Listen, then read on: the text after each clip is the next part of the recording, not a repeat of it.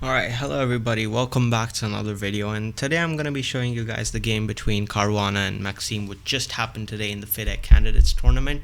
Round 8 just started today, and it's just a shocking game. I'm going to go a bit fast, so bear with me, because the main thing I wanted to show you guys is the endgame. I mean, the endgame technique that Caruana has used is just amazing. It's something that only a super grandmaster like Caruana or Carlsen could see. So let's just get into this game. Caruana had the white pieces, and you could tell his preparation from the beginning as well. So let's just get into this game. Caruana played e4. We had c5, knight f3, knight d6, d4, c d4, and d4, knight f6, knight c3, and we have knight off played by Maxim. It's his favorite opening to play. Plays it all the time. We have bishop to g5, Caruana going with the sharpest line in the book, knight against Najdorf, e6, f4, queen b6, one of the more unconventional variations in the Najdorf, queen d2, queen takes pawn, rook b1, queen a3, and here in this position you usually see this move, bishop takes f6, g takes f6, bishop e2, knight c6, takes, and castle. As you've seen the number of annotations I've done, although white is a pawn down, we see it's 7-6. White's compensation is the rook open file on the b file. He has way better developed pieces in the knight and the bishop. He has this. He's controlling the center with his e4 pawn. The rook can always come to f3, and knight d5, knight f6 looks like a good tactic. And you see black's pieces. The king is in a weird position. He can't castle on any side, neither king side nor queen side. The black's queen is looking like in a bad position. The bishops haven't been developed. The pawn structure in general is just very bad. So that's the compensation white gets, but Caruana had his preparation in mind, and he went ahead and played e5, which he discussed with his team. We have the usual move is d takes e5, and after f takes e5 you have knight d7, but Maxime first played h6, pushed the bishop back, and then played the same thing, knight to d7. We have knight e4 by Caruana, queen takes a2, rook d1, queen d5 attacking the pawn and the bishop and the knight, queen e3, queen takes e5, c3 like a prophylactic to bishop c5, so that's never a threat, but Maxime goes bishop c5 anyways.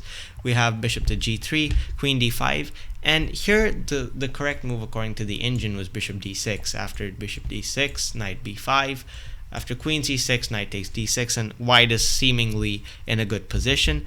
But the problem was queen takes d1, and after king takes d1, bishop e5. You see it's three pawns, a bishop and a rook versus a queen, so black is obviously better in this position. That was something that I think Caruana didn't want to deal with, so he never opted for the option to go bishop d6. Instead, he played something even more dubious to me, bishop c4 idea. After takes, he went bishop d6. Obviously, you can't take because of this knight d6, and it's game over. So the best move according to me was bishop takes d4, or even bishop b6, but I think bishop takes d4, because after rook takes d4, queen b3, I mean, yeah, there is some attack, as I've pointed out, rook d8, queen e8, the x-ray attack, you can castle, and there's just a lot of attack coming, but heck, you're still up 3 pawns and a piece. I seriously don't understand why Maxime didn't go for this. Maybe he was scared, or maybe he thought Caruana was expecting bishop takes d4, maybe that was Caruana's preparation. So Maxime's like, hey, I can't go bishop d4, I'm gonna go knight to f6.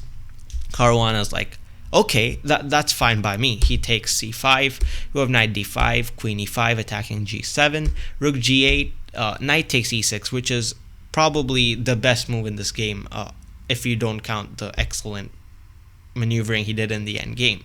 Because after f takes e6, knight takes e6, looking for threats on c7 and then eating the knight on d5. So the only move for Maxime is queen takes e3, takes, knight c7 check, king f7, and first rook d3 to move his rook out of danger and attack the knight. After knight e4, Caruana is in no rush to take the rook on a8. He gives a check first, king g8, knight takes a8, knight c6, knight b6, rook d8, takes, bishop a3. And in this position, if you ask me, I'd say it's quite an equal battle, because of the fact that although black does have 2 passed pawns on the queen side, you have to notice that black has double knights. Now, double knights in an open position in an endgame are not the best pieces to have on the board. I'd rather have two bishops or even a bishop and a knight.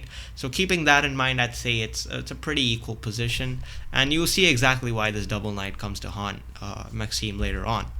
We have rook c7, rook f4, and here's just a few casual moves, exchanges made by the players, attacking the pawns. And this is the point where Maxime loses the two past pawns he had. But I think this was all a plan of Maxime.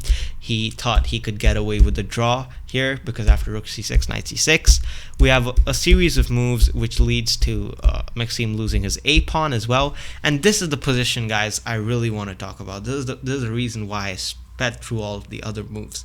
You see, here, although theoretically you could say if both players played correct, it's a draw. And at a grandmaster level, they should just agree to a draw. Caruana had a plan, and one of the things you guys have to remember is that Caruana is going for a win, because Caruana is at 3.5 points and Maxime is at 4.5.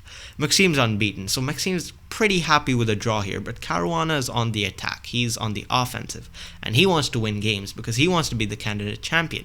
So, although to a person like me, I did not see any direct threat or plan on Caruana's side, the plan is pretty clear here. Basically, White's plan is to come across his king from the H file, as I've pointed out with the arrows, and enter Black's territory, something like this, coming here. And with the rook, he's going to control, probably set his rook on F or G or the G file, and he's going to then go ahead and push his pawns and eventually have a winning plan through this. I know it's a bit ambiguous, but as we go through the game, you'll understand exactly what I'm talking about. So we have knight f7, and for those of you thinking that these moves which Caruana is playing are just waste moves and he's waiting for MVL to make a mistake, it's not actually. It's just excellent maneuvering of his pieces and making sure he doesn't make any mistakes. And what I mean by mistakes is not pushing this G pawn anytime soon. The reason is Caruana wants to make sure that his rook can reach G3 and attack, use this file to his advantage. Once he pushes this pawn to G4, he can no longer do it. So that is something that Fabiano handled excellently, I feel.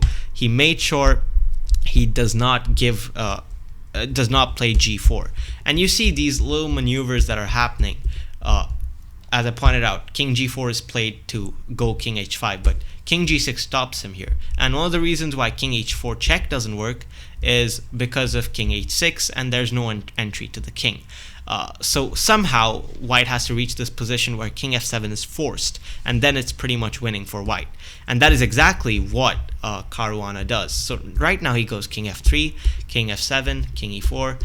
These moves are played, a bit of triangulation done, Rook H3 to stop Knight H6, King G6, Rook A3, King F7.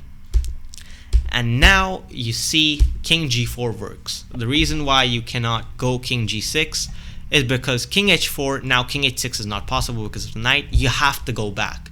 And now the entry with the winning plan of taking the knight next move and then moving King to G6 is a brilliant plan that Caruana found. So King G6 is not working here. Instead he goes Knight E7, King H5, Knight D5, Rook F3, and in this move position after G4, there's really nothing much you can do. The only move that was saving MVL is Knight B6, but it was a difficult move to find under immense time pressure. This is just defending the position. It's not completely draw. Caruana can still win, but that was the only move. Everything else was losing, and MVL chose one of the worst moves to play here. And after King G6, MVL just resigned, because after something like King E6, King G7, Rook F1, this is a complete losing game. So I just wanted to point that out, that just looking at this endgame on move 50, who would have thought that this position, Caruana had already seen the winning plan, and it's something that, us at an amateur level, us players don't see that often, and it's something that we should open our eyes to, the endless possibility of winning a draw game. something that only grandmasters do, we should start doing it as well.